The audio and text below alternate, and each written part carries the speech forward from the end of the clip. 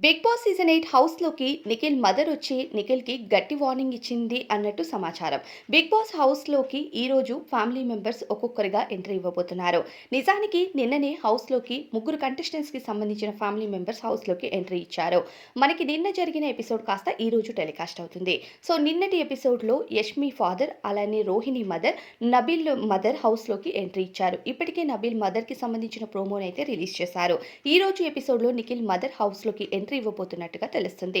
దాంతో పాటు లీక్ బాబులు అందిస్తున్న సమాచారం నిఖిల్ మదర్ హౌస్‌లోకి వచ్చి నిఖిల్‌కి సీక్రెట్‌గా గట్టి వార్నింగే ఇచ్చినట్టు తెలుస్తుంది. అలానే మనము గతంలో ఎపిసోడ్స్‌కి వెళ్తే నిఖిల్ మదర్ పోస్ట్ చేసిన ఒక మెసేజ్‌లో కూడా చాలా క్లియర్‌గా ఇతరుల్ని నమ్మొద్దు. నీ ఆట నువ్వు ఆడు. నువ్వు ట్రోఫీ పైకెత్తడానికి హౌస్‌లోకి వెళ్ళావు. ఇతరి ఎమోషన్స్‌ని నువ్వు కంట్రోల్ చేసుకోవడానికి కాదు అంటూ క్లియర్‌గా రాశారు. అయితే అదే వ్యాఖ్యలు మళ్ళీ హౌస్‌లోకి వచ్చి కూడా చెప్పింది అంటూ కొన్ని లీక్ బబుల్ సమాచారాలైతే బయటకొస్తున్నాయి.